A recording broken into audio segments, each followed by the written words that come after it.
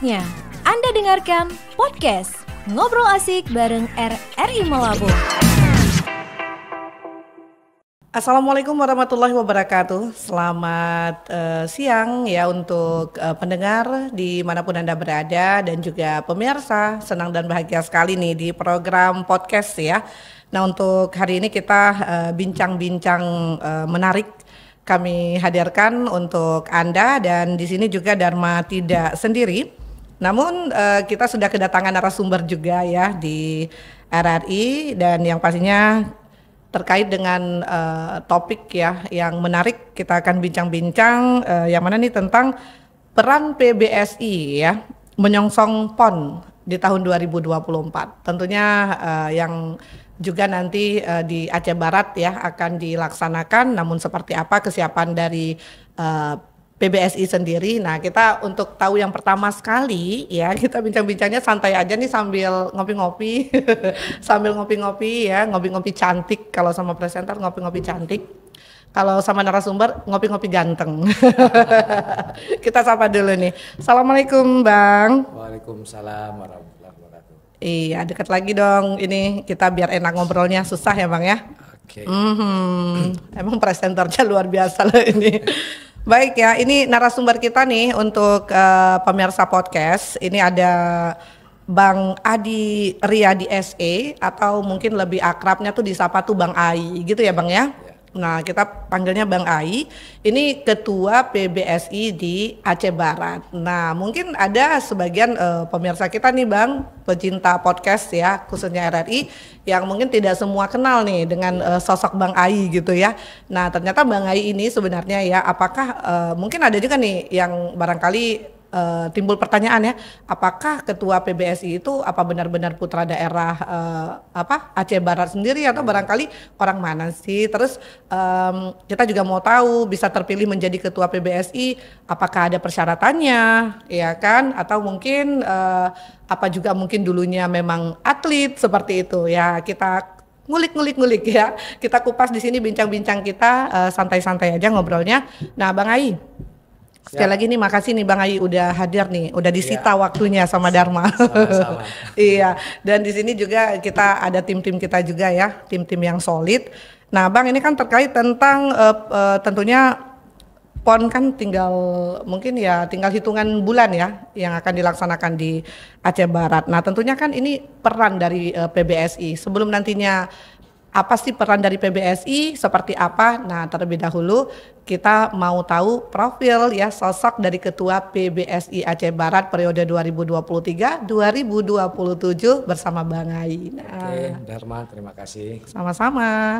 Pertama-tama nama saya Adi Haryadi, atau lebih akrab kalau di Aceh ini di Melabu Ai.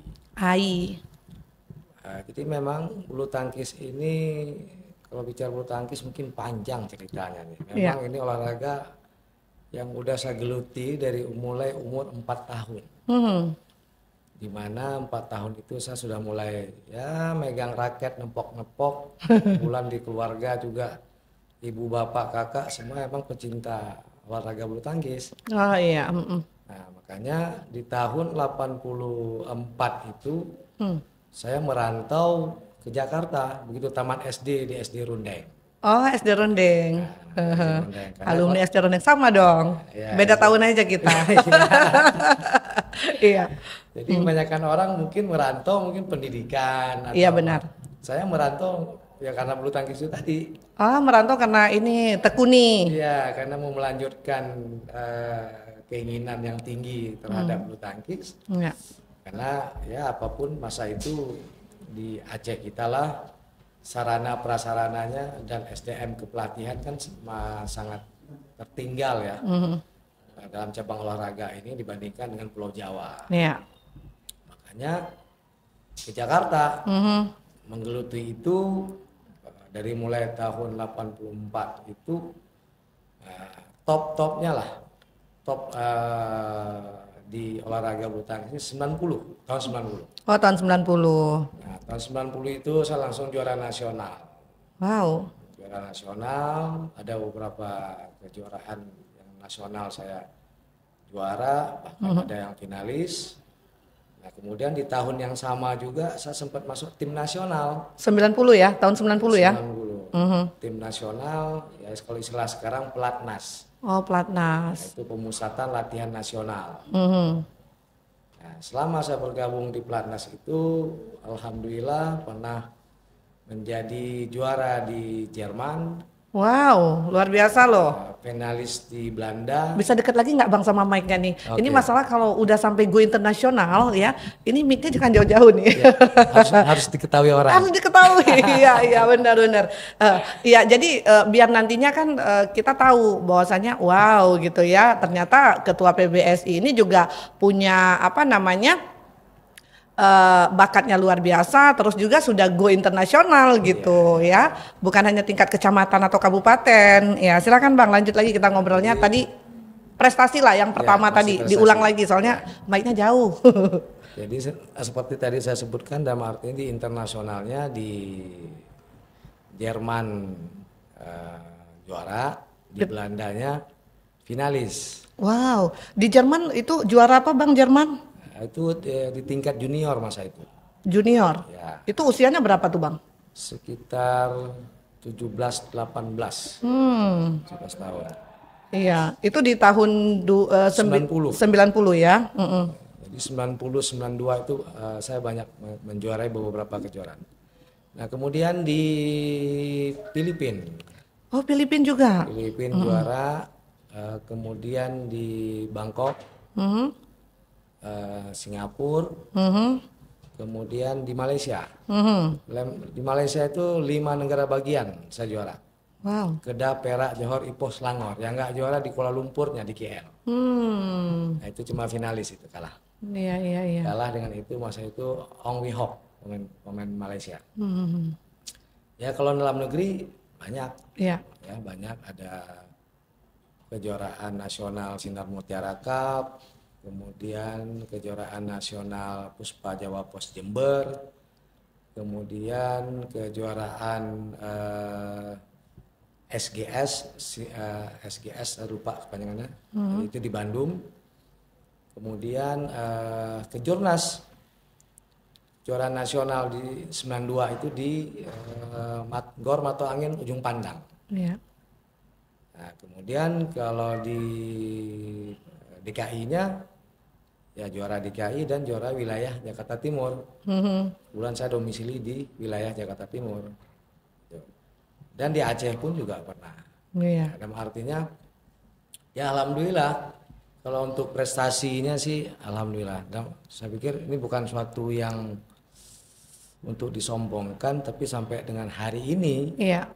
kalau kita bicara Aceh belum ada pengganti saya yang bisa terobos di level nasional. Iya. Nah, padahal Nasional, internasional ya. ya sampai hari ini belum ada. Belum ada ya. Ini yang ada hanya putra yang satu ini ya. Siapa putranya? Ya ini Ya, orang ya, dari Bang Malabo. Ayi sendiri orang dari Melaboh ya, pemuda dari Melaboh. Nah, ini juga kelahiran Aceh Barat sendiri. Jadi ini patut kita apresiasi ya, reward yang pastinya nih untuk Bang Ayi. Selamat ya Bang Ayi ya Terima kasih, atas prestasinya. Karena kan tahun 90 dan makanya masih kecil gitu. Belum bisa kasih ucapan selamat, bisanya sekarang gitu kan. Iya. Tapi di sini Bang Ayi ya, itu tadi capaian ini kan bukan hal yang mudah juga ya Bang ya. Oh iya, Kalau barangkali kita setiap kita ingin mendapatkan hasil yang maksimal, tentu mungkin persiapan-persiapan atau latihan-latihan mungkin itu juga harus dipersiapkan sematang mungkin ya. Apalagi pemuda ya, tentunya putra asal Aceh Barat bisa hijrah ke ibu kota Jakarta ini hanya untuk fokus dengan menekuni dunia bidang olahraga, tentunya di bidang bulu tangkis. Nah, ini dia ya abang kita Bang Ayi yang sekarang menjabat sebagai ketua PBSI di Aceh Barat. Memang kalau kita bicara untuk yang pertanyaan adalah kok bisa? Iya. Gitu. Kok bisa juara di level internasional, kok bisa di nasional? Iya. Sedangkan kita kayak orang daerah. Tapi yang perlu saya sampaikan mungkin bagi yang mendengar adik-adik saya yang pencinta olahraga bulu tangkis ataupun olahraga yang lain, Ya. segala sesuatu itu harus ditekuni dengan betul-betul ditekuni. Jangan setengah hati. Jangan setengah hati. Iya. Karena kalau di bidang olahraga ini sangat sulit. Dalam artinya bergandengan olahraga dengan pendidikan itu sangat sulit. Iya. Bukan tidak ada, mungkin ada. Saya lihat pemain Cina di era sekarang ini dalam artinya dia bisa di level dunia, tapi dia juga punya gelar pendidikan akademiknya. Tapi di masa saya dulu itu sulit, karena tidak ada waktu kita untuk sekolah. Karena setiap hari full, kecuali hari Minggu libur. Iya. Nah, sedangkan paginya kita jam 6 pagi udah bangun, itu berlatih sampai dengan jam 12 siang. Kemudian jam 12 siang kita istirahat sampai dengan jam 3. Jam 3 start kembali sampai jam 6. Jadi jam 7 itulah istirahat. Iya. Dan itu setiap hari. Berbagai macam program latihan. Itu ada pelatih khusus ya Bang ya. Kalau Ada. untuk Abang sendiri, apalagi kita ketahui kan bukan bukan tingkat daerah saja ya, sudah nasional dan Betul. internasional. Tentunya punya pelatih khusus seperti itu. Ya ada. Dan itu makanya ada tahapan. Dalam arti pada saat 84 saya ke Jakarta, saya masuk satu klub di Jakarta, saya dites. Dites, dihadu, bermain dengan bukan cowok, lawannya perempuan. Waduh. Bahkan umurnya di bawah saya. Jadi begitu dites saya kalah. Kok bisa Bang? Ya itulah perbedaan dalam artinya begitu jauhnya pelatihan yang ada di Pulau Jawa dengan kita di Aceh. Di Aceh, betul. Padahal saya laki, yang saya lawan perempuan, umurnya jauh lebih muda, tapi saya kalah. Padahal di Aceh masa itu saya SD juara Aceh. Iya benar-benar. Nah, jadi itu butuh continue ya, dan artinya ya boleh saya bilang maka tadi saya bilang kalau bicara bulu tangkis, kalau saya bikin satu film dokumenter atau buku atau biografi saya, ada sedihnya, banyak sedihnya lah, banyak betul-betul perjuangan. Dan artinya saya dari kecil meninggalkan orang tua, ibu dan bapak di Aceh, yang mana juga saya anak paling kecil. Oh, anak bungsu ya? Anak bungsu harus pisah dari orang tua. Iya. Ya berlatih dengan sendiri tanpa ditemani oleh orang tua. Nah cuma karena semangat memang olahraga ini sangat tinggi, jadi boleh dibilang kehidupan kota besar Jakarta itu tidak terkontaminasi dengan saya. Dan artinya pengaruh pergaulan. Iya benar. Jadi saya nggak pengaruh. Dan artinya latihan, walaupun libur saya latihan di luar. Iya. Jadi hari-hari saya tuh bulu tangkis. Untuk berteman pun mungkin sangat sedikit sekali lah. Nah, sampai saya misalnya kalau jam latihan segini saya latihan sendiri. Jadi banyak tambahan-tambahan latihan di luar program latihan yang disediakan oleh pelatih. Jadi masuk masa itu dari klub kecil. Klub kecil di wilayah Jakarta Timur namanya PB Mai. Kemudian saya merangkak mulai juara. Nah begitu saya juara nasional, masa itu ada klub besar. Klub besar itu salah satunya Pelita Jaya, itu yang punya Abu Rizal Bakri. Kemudian Jaya Raya yang punya Bapak Insinyur Ciputra. Kemudian Bimantara Tangkas yang punya Bambang Trihatmojo, anaknya Pak Harto. Nah, jadi ini di DKI itu mereka itu klub-klub besar itu. Jadi begitu saya juara nasional, yang dulunya sebelum juara nasional saya pernah melamar masuk ke Bimantara Tangkas, saya ditolak. Iya. Melalui pelatih saya, pelatih di Bimantara Tangkas itu temannya, saya dibawa. Mereka mengatakan intinya saya berat. Berat sama artinya masih jauh. Sampai pelatih saya bilang, wah ini anak ada potensi nih, gini ini semangat ini. Jadi mereka inti tetap menolak. Nah begitu saya juara nasional, akhirnya mereka yang mengajak saya. Nah, yang tadinya tuh kita mohon maaf nih Bang ya, biasalah kita dari daerah mungkin dianggap apa sih gitu ya, gitu. Walaupun sudah diyakinkan sama pelatih gitu kan, tapi pada akhirnya sudah kalau dulu kita yang meminta, sekarang mereka gitu ya, klub besar sendiri yang bukan lagi meminta meminang. Iya lanjut Bang. Nah, jadi Akhirnya karena dalam menjuarai kejuaraan itu kan pasti ketemu dengan klub-klub besar ini. Betul. Jadi terutama kayak Bimantara Tangkas masa itu, semua pemain unggulan dia itu semua kalah dengan saya dari babak ke babak. Nah, yang dulu mereka nolak saya, atlet mereka yang jadi jagoan masa itu kalah dengan saya. Nah, jadi ada beberapa event, bukan satu event aja, ada beberapa kejuaraan kalah. Akhirnya mereka mulailah mendekati. Kebetulan saya di Jakarta dipanggil Adi, dia mau nggak masuk ke Bimantara? Saya bilang emang dulu impian saya mau masuk kan gitu. Tapi bukan Bimantara aja, bahkan Jarum Kudus pun di Kudus yang sekarang masih eksis ya, juga mengajak. Nah waktu itu sebenarnya saya lebih tertarik ke Kudus. Kenapa? Kenapa Bang? Kan bukannya pertama memang harapannya tadi di klub Pelita. Bimantara. Bimantara. Karena di Kudus masa itu agak sedikit lebih bagus dia secara pembinaan pemain. Ya. Nah, tadi kemudian saya kasih tahu orang tua ke Aceh, saya pindah ke Kudus boleh nggak, gitu kan? Mau masuk. Cuma waktu itu orang tua tidak mengizinkan dengan alasan karena kamu merantau, tidak ada saudara. Kalau kamu ke Kudus, ke ke daerah Jawa Tengah, kalau kamu sakit nanti siapa yang lihat kamu?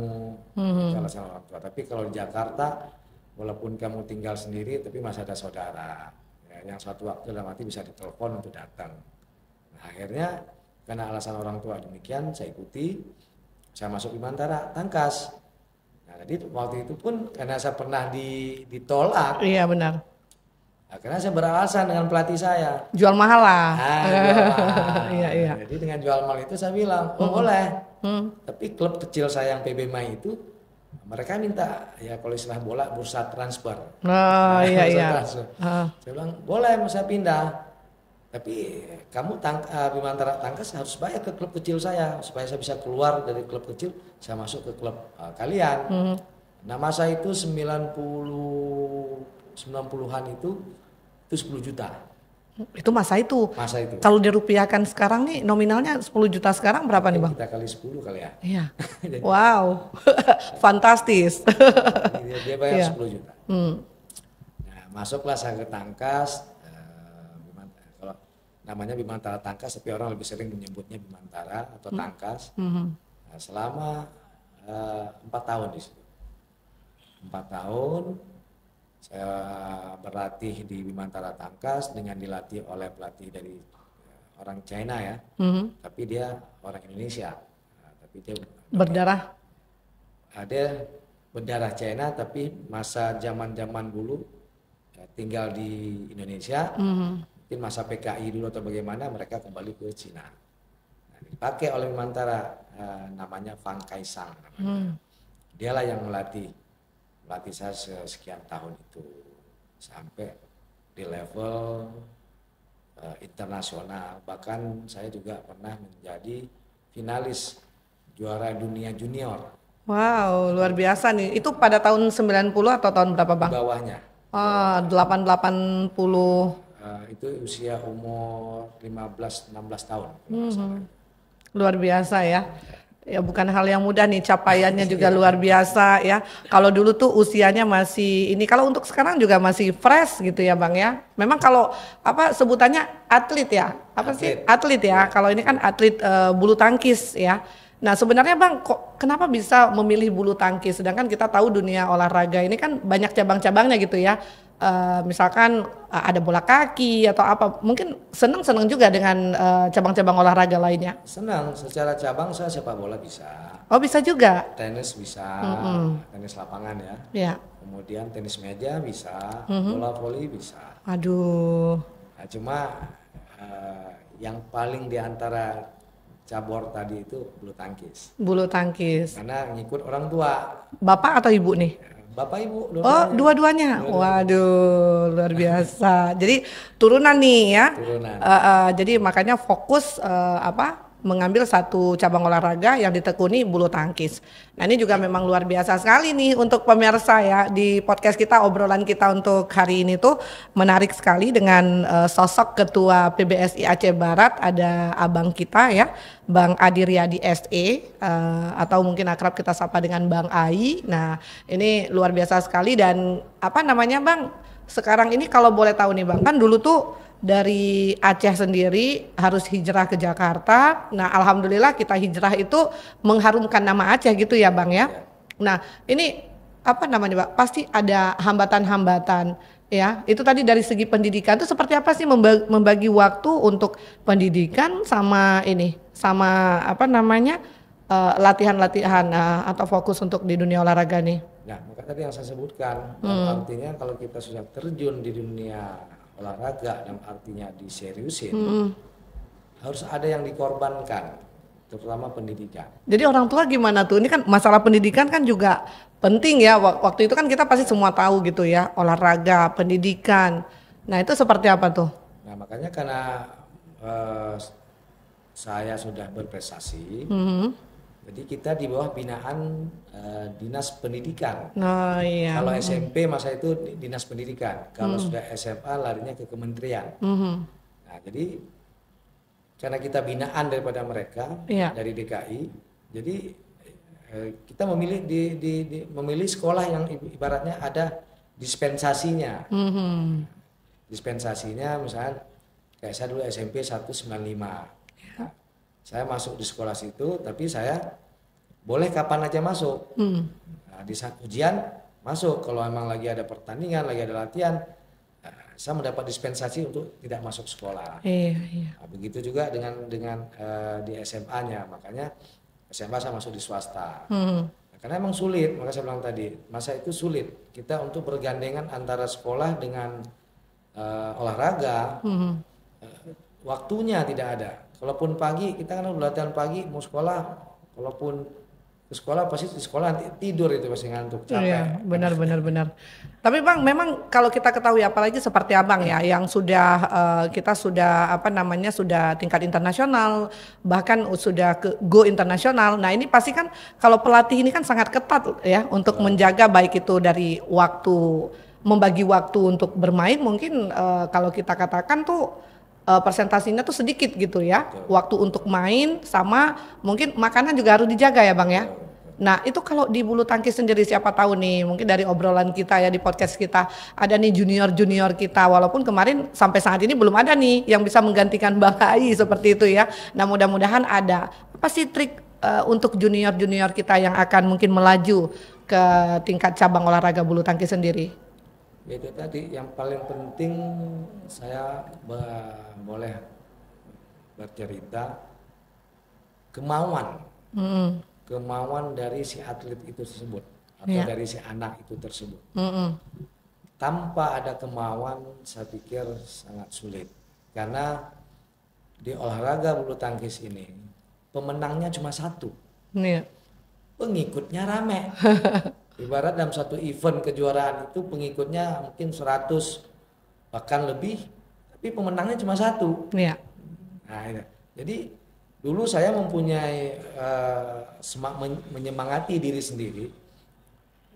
Dia latihan dalam satu hari 2 kali. Nah, saya harus 3 kali.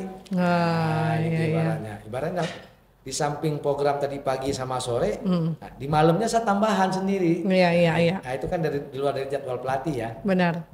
Saya tambahan sendiri. Nah kebetulan di Bimantara Tangkas masa itu, mungkin Dharma pernah dengar semacam Nova Widianto yang juara dunia ganda campuran. Iya benar. Nah itu adik letting saya. Kemudian di Bimantara Tangkas itu ada Marlev Mainaki, Rexi Mainaki, udah Mainaki keluarga mereka itu semua di Bimantara Tangkas masa itu.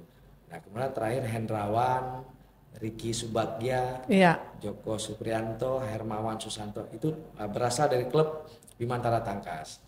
Nah makanya karena mereka itu kayak Joko, kayak Hermawan kan abang letting lah ibaratnya di atas saya senior.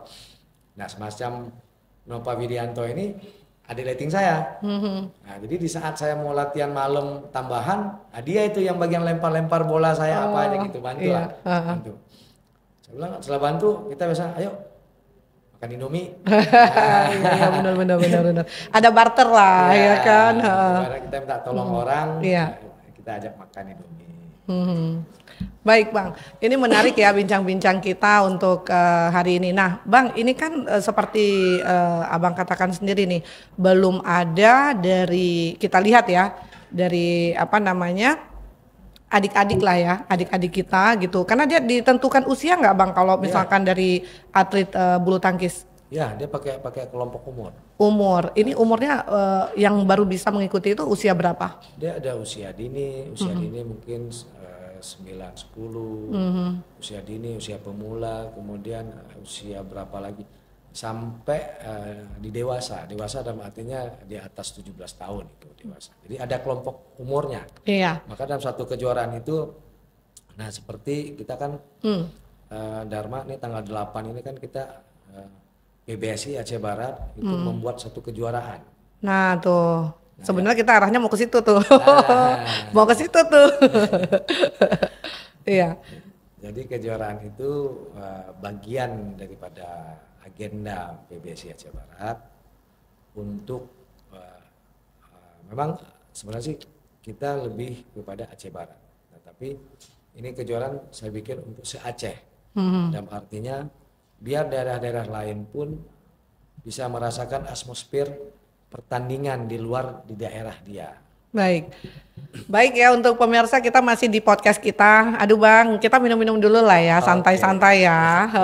Minum dulu, ngopi-ngopi dulu. Nah ini memang seru nih ngobrol-ngobrol kita. Memang nggak akan habisnya nih kalau kita ngobrol sama yang memang udah wow gitu ya. Bukan lagi tingkat nasional mainnya, ya kan? Selamat datang di era digital baru. RRI News kini hadir di genggaman Anda dengan aplikasi mobile terbaru. Temukan berita online terkini, cepat, dan terpercaya langsung dari perangkat Anda dengan fitur pembaruan berita real time dari aplikasi mobile RRI News. Anda tak akan pernah ketinggalan informasi.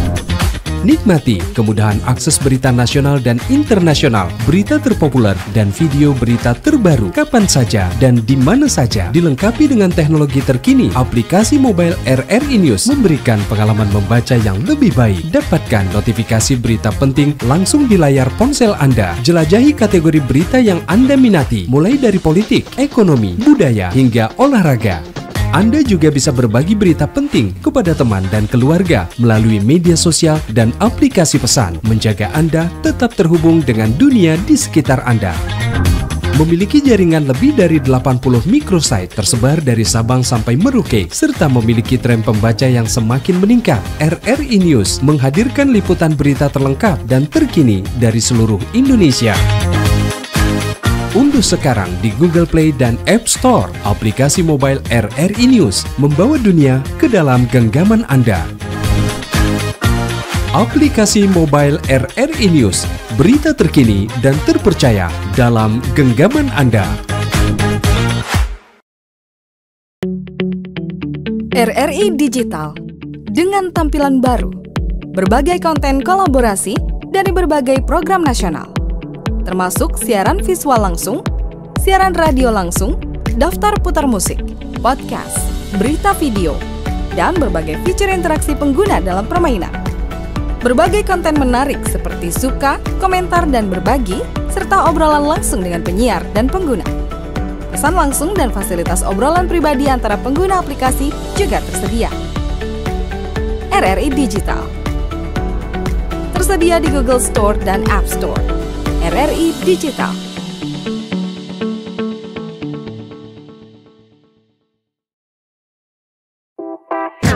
Bersama podcast Ngobrol Asik, masih bersama RRI Malabo.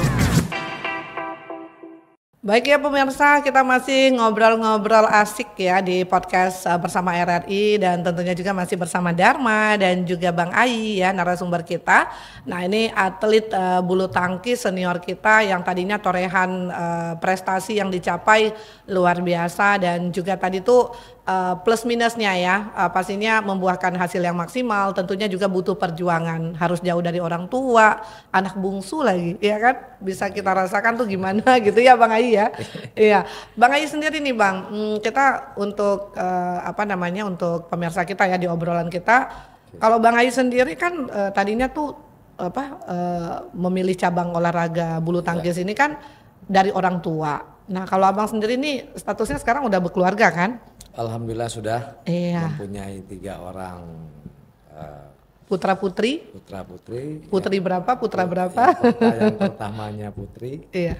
2 dan 3 putra. Wow. Memang kalau Darman nanya, dalam artinya dulu saya jadi hobi bulu tangkis karena orang tua saya hobi bulu tangkis. Betul. Sehingga saya menjadi hobi bulu tangkis. Iya. Nah, di saat saya berkeluarga sekarang, keinginan karena saya bekas pemain, dalam artinya memang itu ilmu dan keahlian saya. Ya jujur sebenarnya pengen dari anak-anak, bahkan tadinya saya pengen yang perempuan. Oh iya benar. Untuk mengikuti jejak saya sebagai pemain. Ya kenapa? Kenapa harus perempuan? Iya. Ada kan ada laki 2. Karena saya berpikir persaingan di bulu tangkis sampai dengan hari ini itu lebih sedikit perempuan daripada laki-laki. Oh. Nah, itu pertama dari sisi persaingan ya. Iya benar-benar. Nah kemudian kenapa juga harus perempuan? Karena pengalaman saya lah, saya sebagai orang laki-laki, kalau seandainya masa itu saya tidak jadi apa-apalah dalam bulu tangkis, gagal gitu ya. Ya. Secara keilmuan yang lain-lain minim kan, dari pergaulan minim, pendidikannya minim karena yang seperti kita cerita di awal tadi. Betul. Ada yang dikorbankan. Nah jadi sedangkan posisi laki-laki itu kan adalah di saat dia berkeluarga sebagai pemimpin keluarga. Nah kalau dia tidak ada ilmu bisnis, tidak mengenal apa, nah mau jadi apa kan gitu. Betul. Nah makanya kenapa saya lebih cenderung kepada anak saya yang pertama perempuan.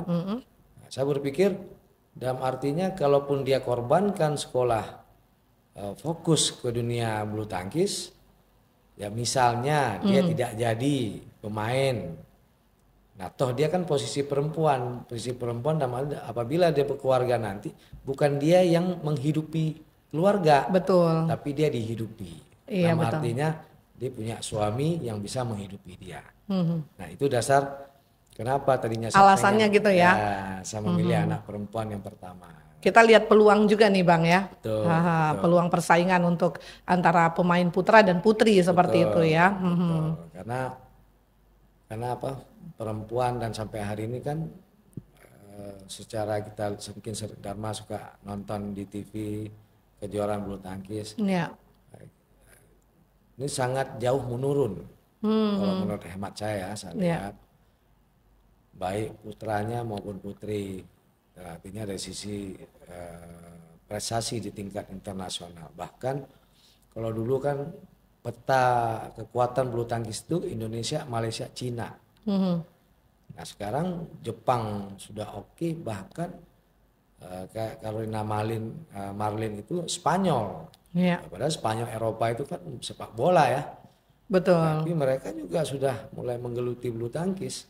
Bahkan India pun sekarang kalau saya tidak salah itu di level ranking top dunia mereka ada beberapa pemain mereka itu.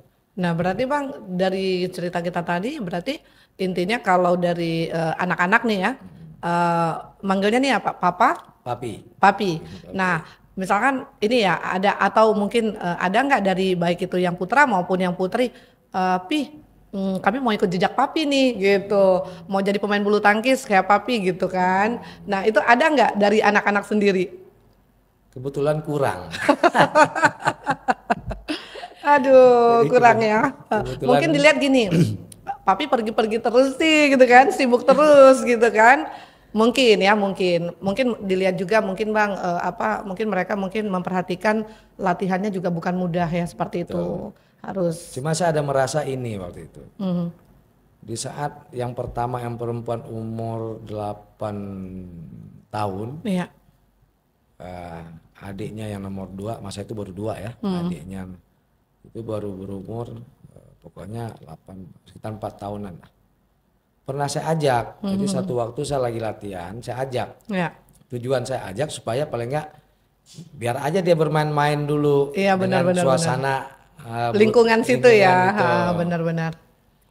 Nah cuma pas waktu itu saya latihan bersama teman di hari Sabtu kalau saya tidak salah ingat. Nah jamnya kesiangan. Jam kita mulai startnya jam 11. Iya. Nah kebetulan itu hall panas.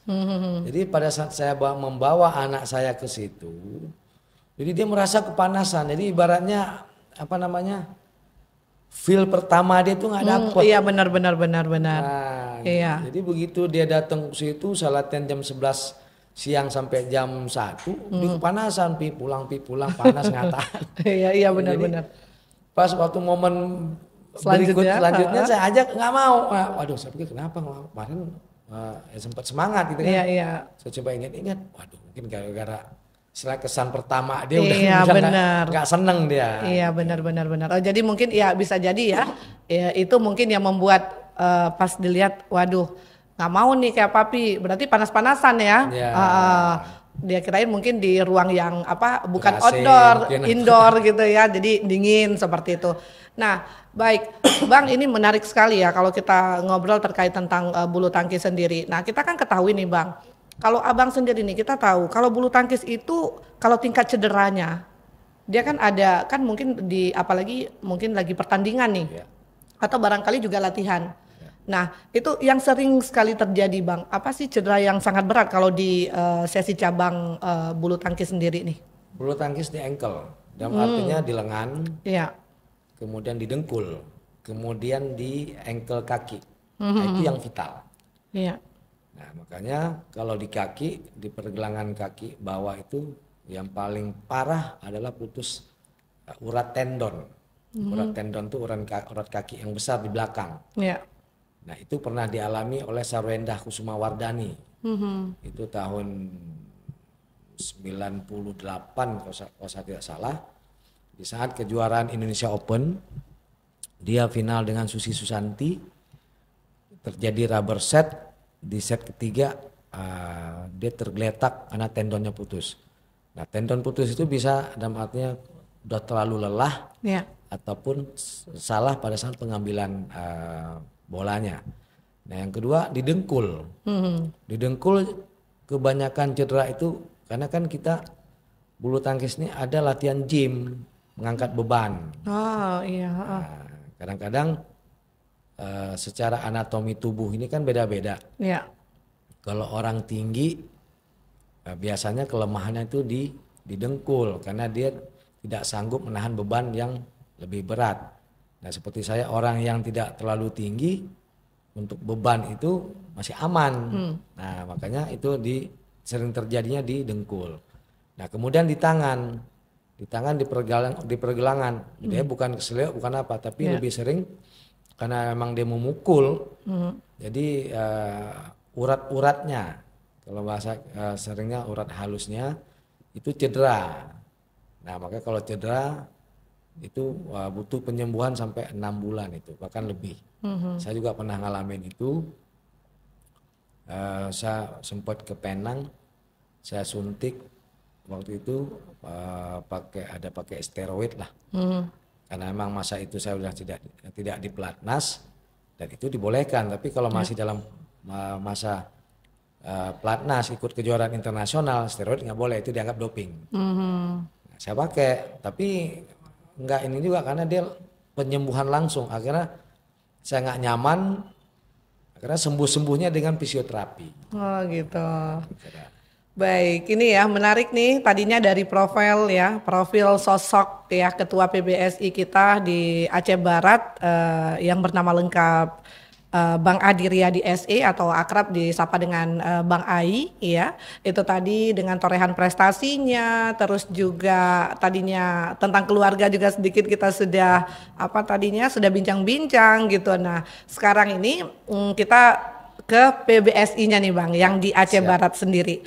Nah, ini sekali lagi selamat nih Bang ya. Sudah kalau Dharma tuh baru ketemunya kan sekarang nih. Selamat menjabat sebagai ketua PBSI Aceh Barat periode 2023 2027 ya. 4 tahun ya Bang ya? 4 tahun, dulu 5. Oh dulu 5. Sekarang kok kenapa bisa 4 Bang? Ya, dirubah secara di PP PBSI-nya dirubah, dimajuin biar nggak terlalu lama.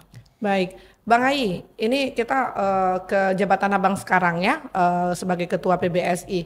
Nah, Bang Ai sendiri nih terpilih, kan kita tahu nih pasti kalau sebutannya nih calon-calonnya itu ya, itu kan ada mungkin lebih dari berapa? Lebih dari 1, 2, ada berapa kemarin? Ada 3 calon. Ada 3 ya, ada 3 calon. Nah, sebenarnya Bang untuk kategori ya menjadi seorang ketua PBSI itu kategorinya apa aja sih Bang? Secara kategori sih nggak ada, atau persyaratan khususnya tidak ada. Ya. Kenapa saya bilang tidak ada? Contoh, sebelum periode sebelumnya itu, ya bukan atlet, dia mungkin boleh saya bilang pengusaha. Dia pernah menjabat sebagai ketua umum PBSI Aceh Barat. Oh, berarti nggak harus karena mungkin atlet dulunya, tidak seperti itu ya? Tidak. Nah baik. Nah untuk Bang Ai sendiri nih Bang, ini kan kalau untuk PBSI sendiri di Aceh Barat dalam di tahun nih Bang ya, di tahun 2024, Abang kan menjabat dari 2023. Event-event apa aja nih Bang yang sudah pernah dilaksanakan, diselenggarakan tentunya di Aceh Barat sendiri? Inilah yang pertama nanti. Ini bakal ada? Bakal ada. Itu apa namanya eventnya Bang? Kejuaraan bulu tangkis PBSI Aceh Barat se-Aceh.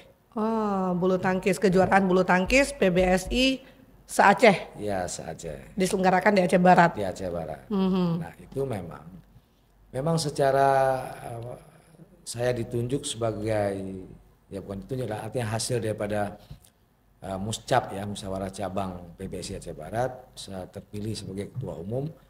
Itu tahun 2023, kalau tidak salah di bulan September ya, pokoknya udah di ujung itu, di ujung.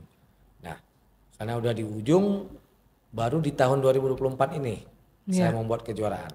Maka kejuaraan itu boleh dibilang kejuaraan perdana dalam masa kepengurusan saya sebagai ketua umum.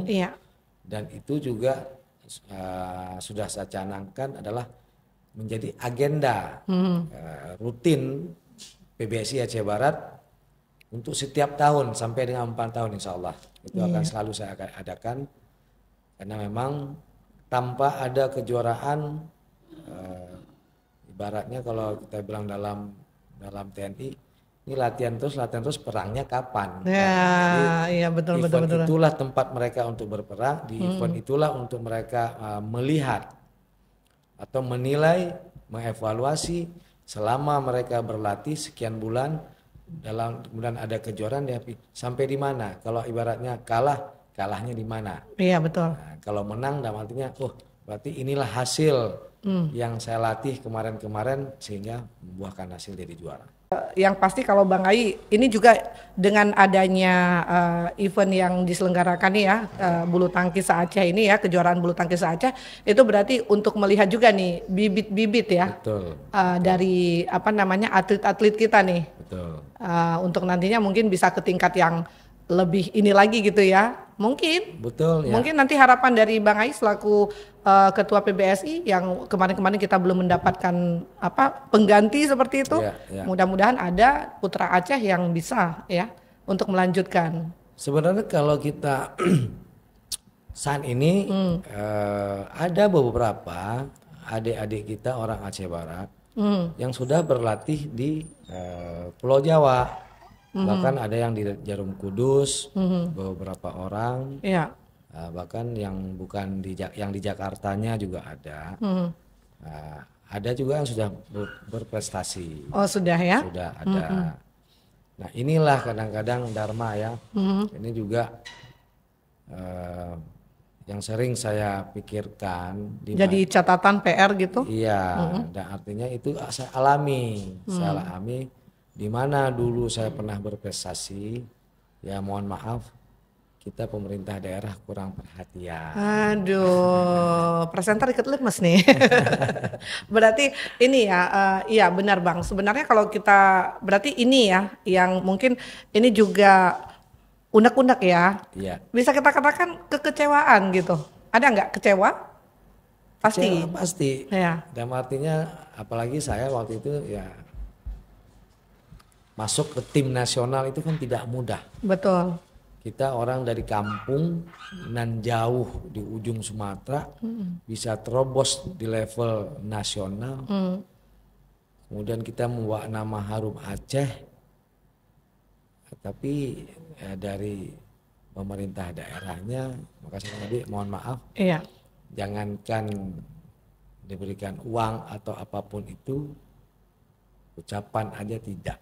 Wah. Masa itu. Tapi Masa bagi itu. saya, Tapi kalau masa sekarang nih Bang? nah inilah makanya yang di masa saya ingin memimpin ini.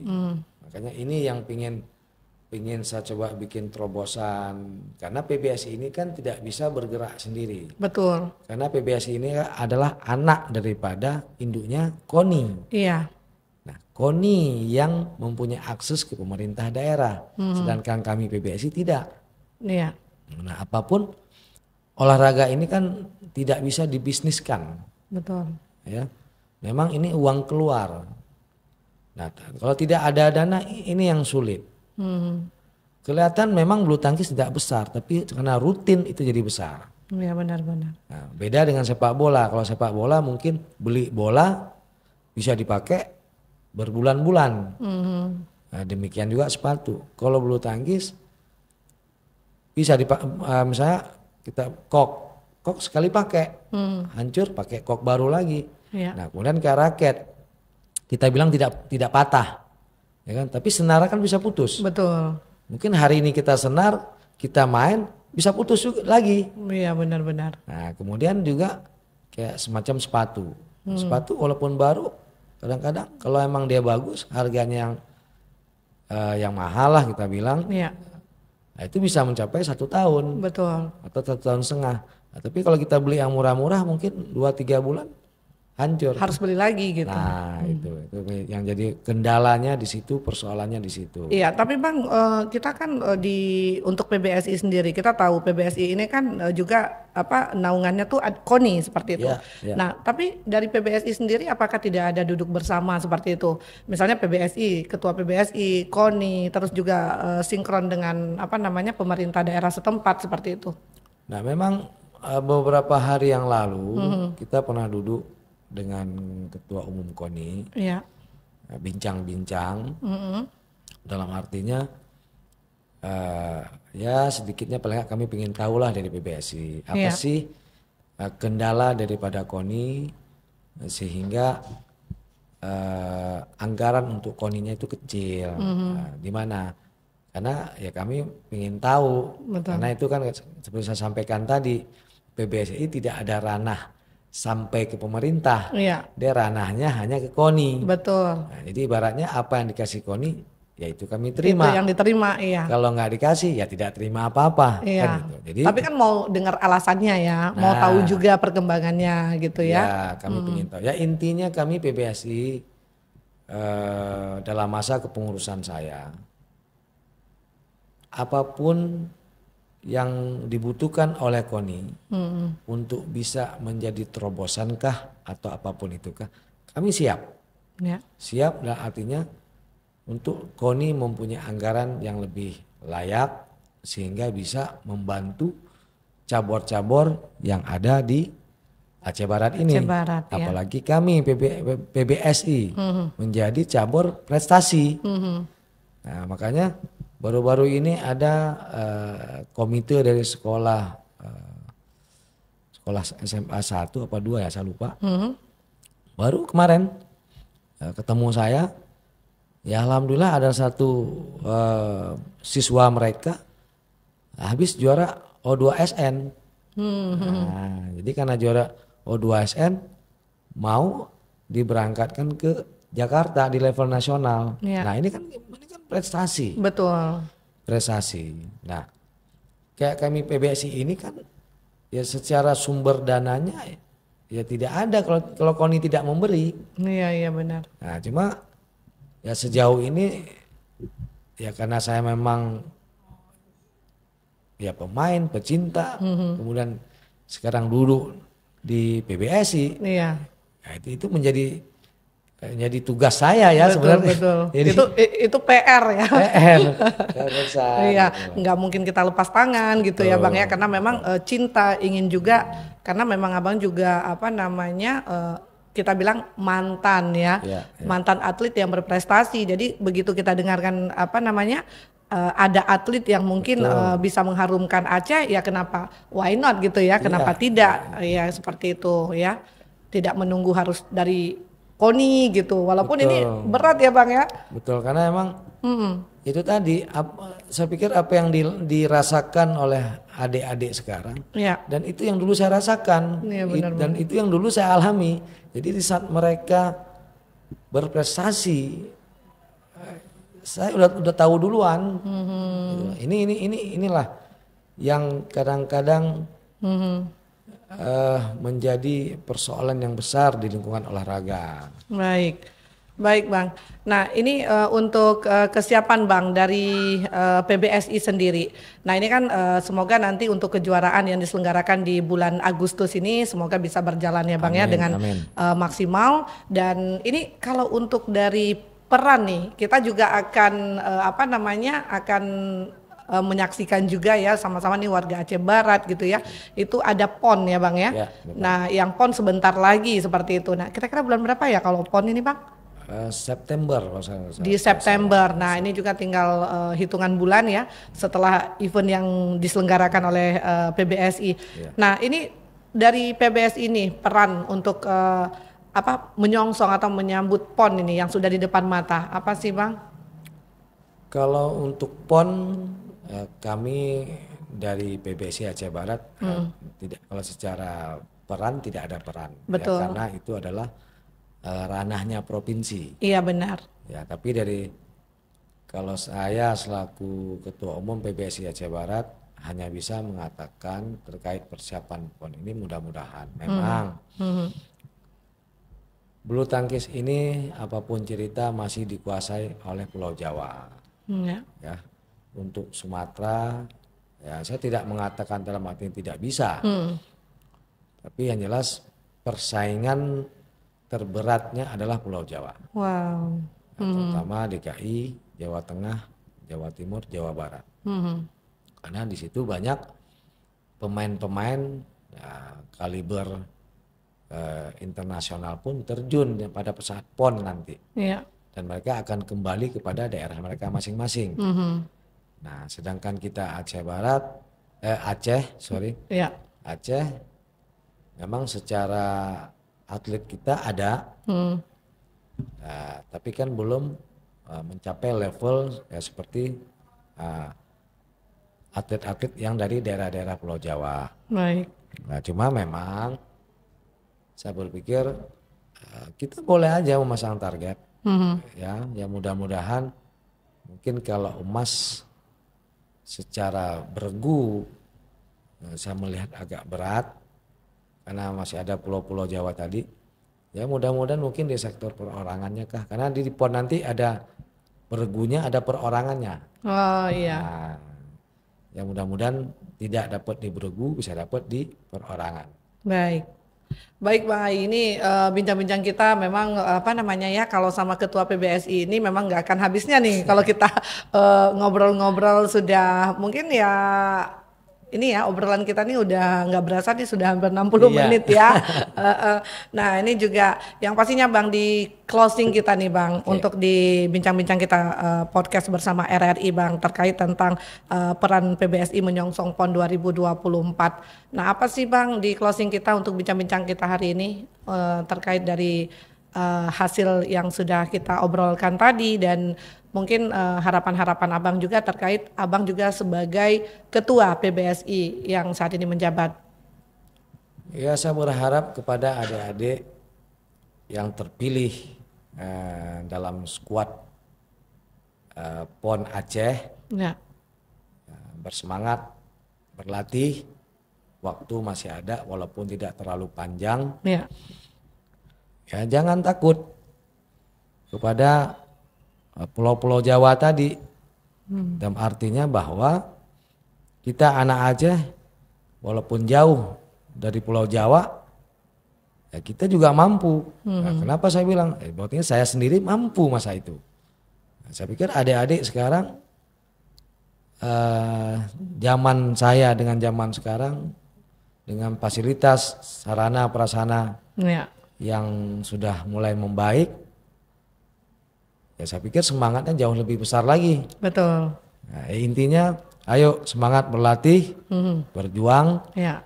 jangan pernah merasa lelah, jangan pernah takut dengan Pulau Jawa. Dan artinya kita orang Aceh juga mampu untuk berbicara di level nasional. Baik, baik Bang Ai. Dan untuk Bang Ai sendiri nih sampai sekarang nih kita lihat nih fresh aja gitu ya. Kalau atlet itu memang sampai sekarang juga masih baik itu kita lihat dari fisik ya. Nah kalau untuk main nih Bang, masih sering juga ya. Maksudnya nggak bisa ditinggalin dong ini. Pasti, saya masih main. Iya masih ya. Secara umur alhamdulillah sudah setengah abad lebih. Iya betul. Tapi saya main. Karena Iya. ya mungkin main bukan untuk prestasi seperti masa dulu ya. Nah, tapi sometimes di waktu-waktu tertentu, kalau bahasa di Jakarta tarkam. Apa itu? Tarkam itu antar kampung. Oh iya. Baik. Ada kejuaraan tarkam, saya masih ikut. Kadang-kadang di luar negeri juga ikut, tapi sudah bersifat bergu ya. Iya. Dulu kalau basic saya pemain single. Oh dulu single ya? Ya sekarang karena udah usia, Iya. saya lebih banyak bermain double. Kalau ada, kita punya komunitas bulu tangkis di Jakarta. Jadi kadang-kadang kalau ada kejuaraan ke Singapura, kita berangkat. Kalau dalam negeri kayak kemarin saya juga habis juara di Bali. Oh Bali. Bali tapi veteran. Oh iya. Kelompok veteran. Ya, intinya di usia saya sekarang, saya masih berlatih adalah untuk kesehatan. Iya. Itu yang paling penting. Baik Bang Ai, terima kasih untuk bincang-bincang kita ya, sudah hadir Dharma. di podcast kami ya bersama RRI. Nah sukses terus untuk Bang Ai sendiri ya sebagai Ketua PBSI, dan mudah-mudahan apapun event-event yang akan diselenggarakan mudah-mudahan juga bisa terlaksana ya. Amin. Sesuai dengan harapan, dan mudah-mudahan juga nanti lain waktu kita bisa ngobrol lagi Bang. Oke, siap. Iya, siap ya. Baik pemirsa, untuk podcast kita ya di hari ini, Dharma bersama narasumber kita bincang-bincang terkait peran PBSI menyongsong PON di tahun 2024, dan tadi juga sosok dari narasumber kita Ketua PBSI Aceh Barat tadi profilnya sudah Anda ketahui ya. Mudah-mudahan kita juga bisa bersua kembali di lain waktu dan kesempatan. Sekali lagi untuk Bang Ai terima kasih bersama timnya. Dharma. Iya sama-sama Bang. Dan akhir kata juga ya Dharma sebagai presenter juga mohon maaf nih pada saat bincang-bincang kami mungkin ada yang kurang-kurang berkenan ya di hati pemirsa semua. Nah kita juga mohon maaf. Kembali lagi kita hanya manusia biasa, setiap kita punya kelebihan tak dapat kita pungkiri kalau kita punya banyak kekurangan. Karena kesempurnaan hanya milik Allah semata. Sampai ketemu di lain waktu dan kesempatan. Akhir kata Dharma selaku presenter dan juga narasumber, kita berdua undur diri. Wabillahi taufiq wal hidayah. Wassalamualaikum warahmatullahi wabarakatuh. Waalaikumsalam warahmatullahi wabarakatuh. Demikianlah podcast Ngobrol Asik bareng RRI Malabo. Jumpa lagi dalam episode lainnya.